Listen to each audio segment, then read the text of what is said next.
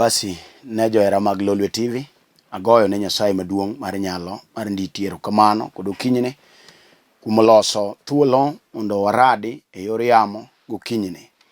Iluonga Reverend Ayub an wuod Nyakach Kandaria. Aja neno ni Yesu waro chango to pong' kod teko maro maler. Alemo kod kanisa mar St. Meshach Fellowship Church ane piny Nairobi. Okinyne Nyasaye gi ng'wono ne otima mondo abed tung' ne dhako kata dichuo, jaduong' kata dayo, nyako kata kijana matin, mondo iwinj wach mondiki ma adwa nasom. Adwa nasom kodi ndiko mar Yuagruok mar Jeremia 1:10. Yuagruok mar Jeremia 1:10. Ndiko wacho niya: Ng'ama mon kode oseyieyo lwete kuom gige duto mabeyo, nimar oseneno ogendini ka gidonjo e sanctuary mare, to kuom jogo niketo chik ni kik gidonji e chokruokni. Walam Nyasaye. Wagoni ni erokamano Nyasaye maratego marambi. Wapuoyi ka wawali wamiyo nyingi duong'. Jal mipimo kodi poko yode, Ruodh kerubi, ya malo Nyasaye ka malaika magilor. Go kodwa kambi Nyasachwa ka malaika siro wechegi, ya malo Nyasaye kitamo chunye maja tamre winjo wachni. Ya uparo Nyasaye, ya winjo matut mar jawinjo mobedo piny. Wechegi Nyasaye ondike yo, Nyasaye madwaro fwenyruok mar chuny ma iye. Amalo Nyasaye bedo Nyasaye, okinyni asewali, apuoyi Nyasaye mondo nyingi oduong' moshiko manyaka chieng'. Nyingi oyudo duong' kimako loch te mag wasigu e nying loch mar Yesu Kristo. Amen.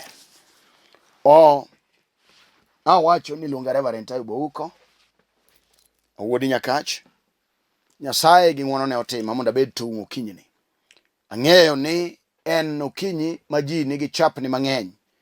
Wan gi joma dwa dhi e puodho, moko dwa dhi e welni mopogore opogore, moko be nigi dije mopogore. To kawe thuolo ni manok mondo iwinj wach ma Ruoth oloso okinyi mondo wapor kodi. Asomo e kitabu mar Yuagruok mar Jeremia 1:10. Wach ma adwa na wuoye manok okinyni kaka thoro mar wach en jal ma mon kodi. Mane wach ma adwa na wuoye kodi okinyi kibedo piny. Muma wacho ni ng'ama mon kode oseyie lwete kuom gige duto mabeyo. Okinyi ka wabedo kama, wan gi ji ma wasigu okawo gige mabecho ato yie lwete. Nyiso no geng'one okonyal neno ber mar gireno. Endo ng'ato ka ng'ato nigi wasike. Onge ng'ama onge wasike. Macho ni jal ma mon kode, wan gi ji ma kata gibedo piny sani okinyi, to giwacho na dier, an wasigu oseduoko klasa piny, wasigu osenjawa, wasika mon koda, moko dwa na tho, moko osekora gajali, moko osekora gi polo, moko osekawo nyithinda morano, moko oserano nyiga te. En kamubede, en jal maneno masira, jal maneno chandruok, o jal maonge gima berne. To wawuo kodi mwacho kinyi ni jal ma mon kode osekawo lwete ato yie gige mabeyo. Akia dhako kata dichuo mobedo piny, wan gi jal mano a piny maber, mano dichuo mar geno mar dala. Samoro no bedo wuoyi makayo, en mano ketho nyako kata wuoyi mar min kata mar wuon. Geno ne duong' kuome, samo wuoyo ni oonge ber ma geno ma jonyuol ne de bedgo oselal. Gimogolo gino, jal ma mon kode osekawo chuny kong'o rwako kuome. O jal ma madho kong'o maninde mataro oko, kata no kawo pesa mopuonjego, gimonyalo kelo maber onge. Ke jal ma mon kode omake, ato tamore ni okwe gigi mabecho. Kawuono mon yuago dayo. Wan gi mon mabe no piny. Samoro no yudo dichuo modhi katedo. Samoro no timo arus maduong' ma ji no jogweng' no puoyo. Osamuoyo kinyini.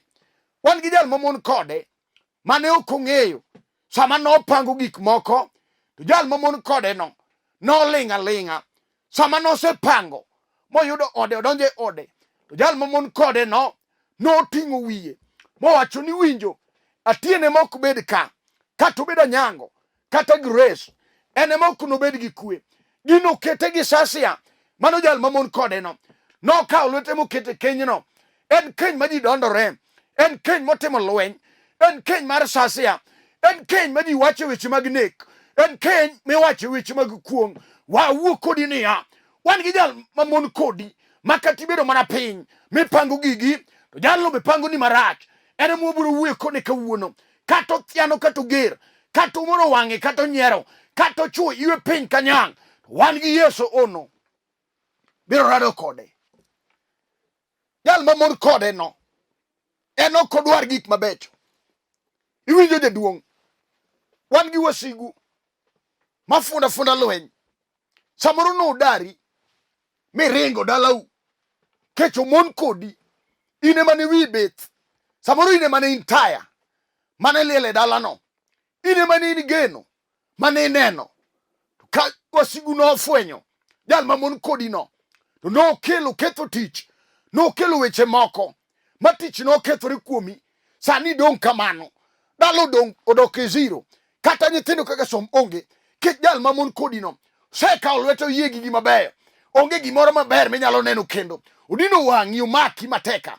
Samoro ruaki e jela mar kong'o, samoro ruaki e jela mar koso tich, samoro ruaki e jela mar mifwadhi, samoro kelo jela mar dhier. Mano jal mamon kodi no en kata tem ni amalo to pod oduoki mana piny kech okawo lwete okete gigi mabeyo. Jal mamon kodi okinyi ok ang'eyo wach mineno adier matami. Isetemo dhako gamadha ge muonya kech wan gi mon mabeyo yor wang' giriek kendo wich bith kabisa. Wach ne momiyo samoro chuore noneno mondo kawe kech ber mar wang'. To jal mamon kode be noluwo bang'e sama owuoyo ni dhako ni fundo ne pile kech ang'o matime. Jal mamon kode nokawo lwete moketo kuome.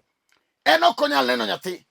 Samoro jochiende ogo iye plasta, ok onyal nyuol. Sani higni 10 dichuo dondore kode. Samoro idwa kende kendo en ot motimo lweny, nyathi onge kanyo. Jal mamon kode odagi keto lwete iye, gima ber ok onyal neno. Samoro kete gi tuo mar kisoni, en onyuol to nyithindo iko. Wasigo tamore.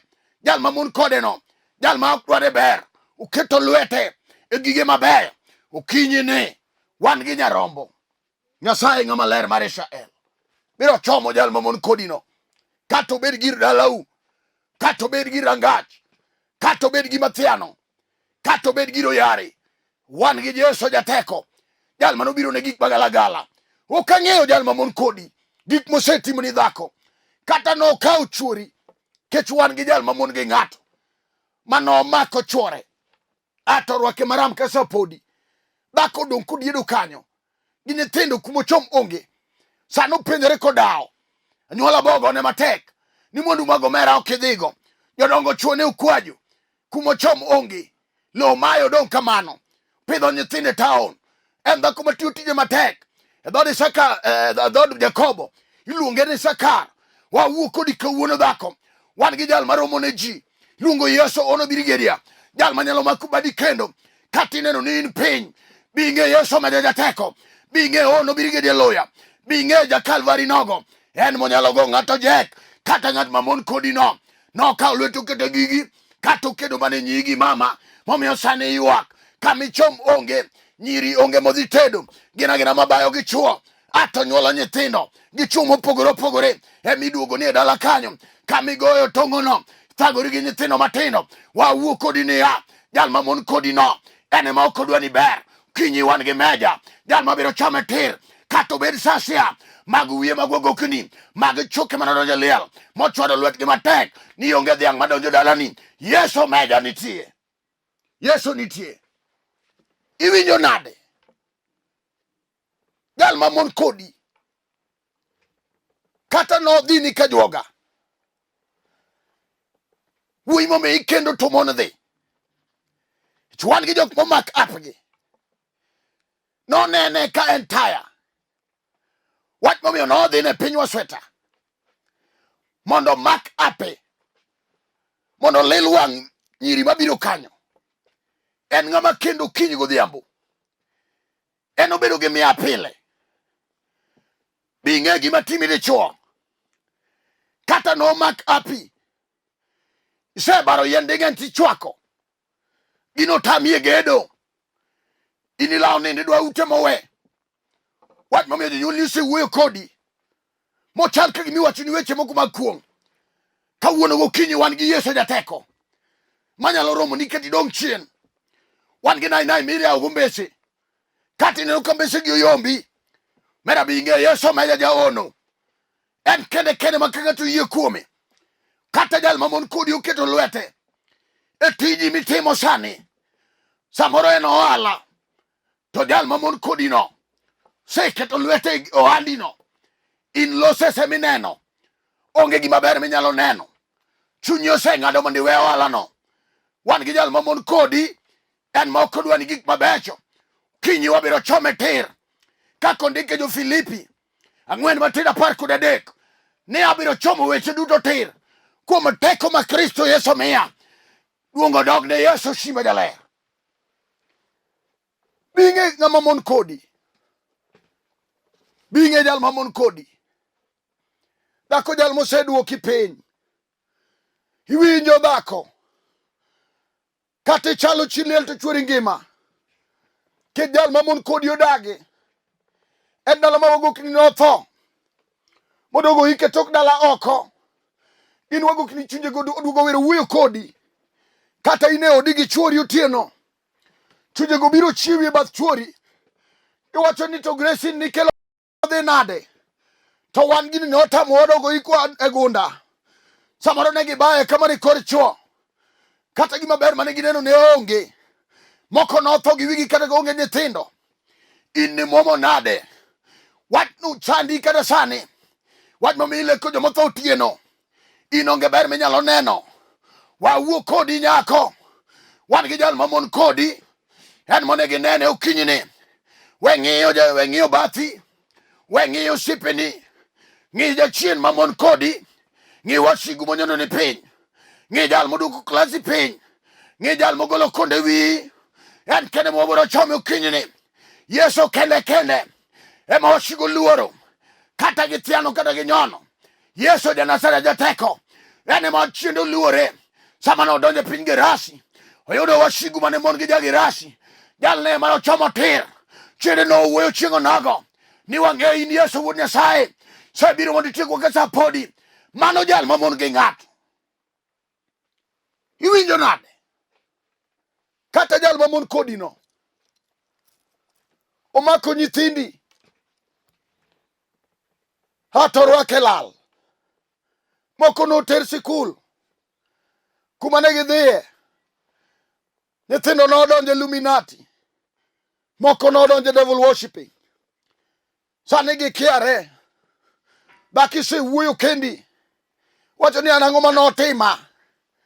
Samoro nyiro keto magalagala moko tie ba onge makonyi kata chiel iwak ni kare nyuol onge ohala mokelo na iro kendo zero.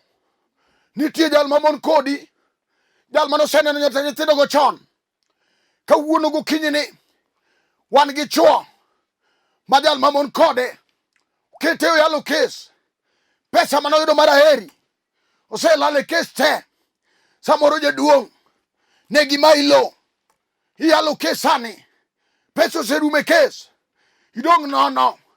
Jal manong'e chon sama wuoyo ni klasi ni piny ke jal ma mon kodi no Muma wacho niya, jal ma mon kode oseyieyo lwete e gige mabeyo. Akia gigi ma wasigo yie lwete kata obedi tiji maber ma jachien okete lwete onge gimineno, kata obedi nyithindo minyuolo ema wasigo okete lwete kawuono gibiro weyo kuom nying Yesu ono, kata obedi keny mari ma jachien okete lwete ok onyal neno maber kawuono nying Yesu jateko, kata obed dichuo ma chuori ema wasigo okete lwete kawuono biro weyo kuom teko mar Kristo, kuom teko mar Yesu, kuom nyalo gi ono mar Yesu jateko. Ere kaka iwinjo? Ere gima tekno mane ma Yesu dwaro? Kata gino lalni kech onge gima ber migoye nyago. Seluongi nosiki machamo lo nono, ing'e Yesu ono manyalo duogo ni geno, jal mano duogo ne an ageno, jal mano miyo Sara mor. Lor binge Yesu kata githiano ni, kata dhako miwuoye toke kamon dhi e chiro kama, ine mbaka migoyo, Yesu nyalo loko nyingino kata iluongi jakwecho kech iromo ji gi kwecho. Ber minyalo neno onge, chien okelo sasia mar tuk mar dhier. In jal machiemo ka tek mondo oket kuone mesa, otemo ka tekne, jachien oketo mano mondo sandigo kamano. Sami thagori no, nyigi be go tongu kuma gitede, ng'ama konyo wadgi onge, mano chuny Satan. Jal no mon kodi kaka nyithindo somonge, jachien odagi matemo mondo odhi maber, ndulume go e piny matemo mondo odhi maber, wang'e chwer pi matemo mondo som, chien odagi ni dala ni kanyo ondik ni onge somo, kata kori tem wasigo dagi. Jal no mon kodi odwa dok chien mar dala nino. Wan gi Yesu kawuono, okinyi ni ng'ama dware. Yaya chunyi dhako, yaya chunyi dichuo, mondo irwaki Yesu. Dwaro warruok ka ng'ato fwenyo jal ma mon kode, jal mano ane chon, jal ma jange pile, to Yesu nigi teko. Yesu kende kende ene ma wasigu ene yo, ene ma jochiende gone sarut, ene ma jochiende luore, kata negi angi chon, kata negi maki, kata giloko nyithini joneko, kata giloko mokoro urini, kata moko togi chwero lao. Yesu kende kende ema ka ng'ato rwako to en gi gima mosiko ma nyaka chieng'. En ma nyalo miyo jawasiki mokawo lweto yie gigi nyalo winjo teko gi nyalo mar Yesu simba jaler, mowe lwete ogole gigi. Kawuono akia gima jasingo mako, akia giri ma jachiendo mako, akia gigi ma gikete lwetgi kuom teko kod nyalo mar remb Yesu Kristo. Biro miyo wasigu gol lwetgi gigi kata gimake nade kuom Yesu nyalore. Ere kaka iwinjo mama? Iwinjo nade? Kata lweny ger, kata lweny oloi, ni chuo kata gilieli ka Samson kama Noa, ijal ma onge ber manyalo neno, ke jochien noketo kuomi ra, mokimi nogore kuomi, ijal ma sani wuotho tipogo lepe, onge bura minyalo luonge, ene jal michiwo go example, ochiende okete billboard milando go dong. Binge Yesu, jal manodhi e Kalvari kolando chang gi rembe, boka 39 mano chwad go Yesu, no chango tuoche te. Kata in gi kansa mar thuno dhako, kata omako duondi, kata omako buongo, kata ibed gi korona, ineno kidhi tho, kechombe lich, rembi Yesu nigi teko. Mano sanitizer maduong' ma ka ng'ato rwako sani, ka ng'ato rwako Yesu, gigo duto te kako ndike muma mar Luka 18 matindo 27, ni duto te ma ok nyalore kuom dhano nyalore kuom Yesu. Nyalore. Marino mane? Marino mane? Kata obed tuo ma dakteche osemenyo ok yude, en gima chamo dendi, ok manye, osemenye gi masinde. We wateme gi masinde mag polo, kech en gir pinyruodh mudho. Nosete mondo idhi e liel chon, kotamo daktari Yesu nitie. We wateme gi meja ono, we wateme gi polo, we wateme gi Yesu meja. En kene matucho luore, kata en remo kete ne ondhudho, kata omako buongo, nyingi Yesu nigi teko. Ere kama omako jaduong', kata ibed kijana matin, tineno ka wasigo tamore, gimako somo ne giseketho, giweyi kitiyo tije matek. Samoro be nisoma soma, kuonde mitiye kisungu miwacho pogore gi tich mitimo. Bing'e Yesu manyalo timo ni ng'wono, utami tich pepasin go, to jochiende madala ugo dagi, kech onge jal manosetiyo kanyo, manotemo nochik gajali, manotemo nodong' e ndara, manotemo somo nolokore raura, manotemo nolokore janeko, kech jochiende go dagi nyaka sani. Wan gi Yesu jateko, wan gi Yesu buldosa maduong', wan gi Yesu nyaromo Nyasaye, wan gi Yesu jaduong' jodongo, wan gi Yesu achiel mar apar mar polo, wan gi Yesu ono birigedia, wan gi Yesu nono yamo ler, kata sani nyalore. Ine manyalo tami, yini ema nyalo tami. Ne jal mar Mon Kodi mokaw lwetu kete gigi, kawuono ka wang'i yie, kineno chuny mati, kata obed chuny dalau maonge jaduong', manosegedo kanyo, manotemo notho. Samoro en dala mamon jowuoyi ok bedi, mabiro aya. Samoro en dala ma nyithindo minyuolo kanyo tho, mobigo to dongo, ok odwar dongo ma dalano. We wuo kodi niya, Yesu loko gik moko manyien. Ka ng'ato yudo Yesu, to yudo ajuoga maduong', oselamni gaming'a gi jomisuma. We wateme gi Yesu, jal manodhi gi rembe wuon, kowacho ni duto rumo te, kata marino nyalore, kata osewuondi, kata osecham pesani. Kawuono nying Yesu, yie kuome, en ema en gi dwoko, en ema en gi dwoko, nyalore kuome. Ere matek mineno ni ok nyalre. Adwa na lab kodi kama ibetie no, adwa na lab kodi kata ituo, kata wiye mabari, kata en spinal cord, kata omako pinyi, kech wan gi jomon ma thuonde oninde tongi, ok ginyal neno nyodo kata chiel. En rariw, en gima gala gala, otame mondo ne nyathi. Kanye mimaki, maka kamarami, kata obed kor, kata en tuo mana kia, maka marami ukinyini. Adwa oro Yesu, jateko ruodh muma, atila gala gala, nyono yamo shimba, en kene mano wuotho ewi pi, kata kama intie no, Yesu biro tudo kanyo, kata apino kete bwo nam, ma thuonde maringe, kata nosoe e buro gwe. Wan gi Yesu jateko, bade ono timo chuma, ndike muma ni en ng'a made dol bade Yesu. Ka Nyasacho orie bade, ng'ama de dol? Nyasaye no kodolo bade, jal mane bade rie. Ruoth kawuono dwari ni bade, kama intie no, kata ne pok onyalore, kawuono bilor nyalore. Ni tim nene gweng'u kanyo, ni Yesu nitie, ni tim neno kuom nyalo gi teko mar Nyasaye maono.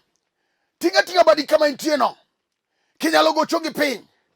Yesu nitie dwa limi, kinyalo mako TV, amina nitie ono, onge matek manosetame, notieko te Kalvari, kata mari no, nyalore anyala, kuom yie duto nyalore. Onge matek mosetame. Tiga badi mondo walam kodi. Nyasaye maduong'. Wapuoyi wawali omiyo nyigi duong'. Onge mono setami nyaka nene. Ne dhako mogo chonge penyni. Ne dhako matuo. Majo chiende. Majo wasike oketo lwete. Nyasaye gige mabeyo. Omako ne nyithindo. Omako nyiri. Omako nyithindo machuo. Moko girwake kongo. Ne jaduong' ni. Saye matuo keto piny. Nyaka mayalo kes. Nyasaye. Timne ng'wono sani. Par ng'ato ka ng'ato. Nyaka mond liete te. Sekao nyithind kie. Akete lweti Rabi. Timne gi ng'wono. Par gi riak Nyasaye. Ng'ato kod ng'ato. Nyasaye nyaka Lolwe TV ka. Ting Lolwe TV malo. Ipar samo chola madichuo. Nyaka niko kelo japuonj. Ting Lolwe TV malo. E idara ka idara. Asepuoyi jarombo. Ha malo kitimo gik madongo. Rie badi ne dalani. Mawashigo yie lwete. Rie badi ne dalani. Mawashigo tamo. Ni ok nyala malo ni. Rie badi ni kijana matin. Nyaka nyako matin ni. Timne ng'wono sani. Nyaka madwaro ode. To washigo tame. Nyaka dichuo ni. Makeno to mono dhi. Nyaka madhako. Marariwo tamo. Nyingi Yesu Kristo. Nigi teko gi nyalo. Kuom rembi Yesu. Nyal ne sani. Par jo yalo te. Ma yalo wach ni Lolwe TV ka. Ipar Bishop Abol madichuo. Ting'e malo japuonj. Par Bishop Nere Ambewa. Ipar Bishop Ogola Maroche. Par nyaka Pastor Samboy. Par Pastor Bernard. Tingi malo Riat Rabi. Par Omedo Nyasaye. Tingi malo Riat. Itimne gi ng'wono kuom wachni. Mondo wachni oyud duong'. Erokamano nyarombo. Setimo gik madongo sani. Sechango jotuo kuom yie. Isechango nyaka jo kansa. Isechango ji duto te. Malo Nyasachwa. Kechiromo manyaka chieng'. E nying loch mar Yesu Kristo. Amen. Amen. Amen. An mana wuoyo kodu. Iluonga Reverend Ayub uko. Awuodi Nyakach kaka asewacho. Aleme kanisa mar St. Meshach Fellowship Church. Ane piny Nairobi. Kamoro ni Kibra. Wan but Rail Education Center. Kanye mwachokore. Ka ok inyal biro. Tudri koda namba 8 piny kanyo nembni 2. Igochna nembnigo. Abiro lamo kodi Nyasaye. Nyasaye timo gik madongo kokalo kuom lewa. Kendo Nyasaye timo gik madongo kata mana ne in kiyie kuom Yesu to nyalore. Nairobi ka wan kod branches mang'eny.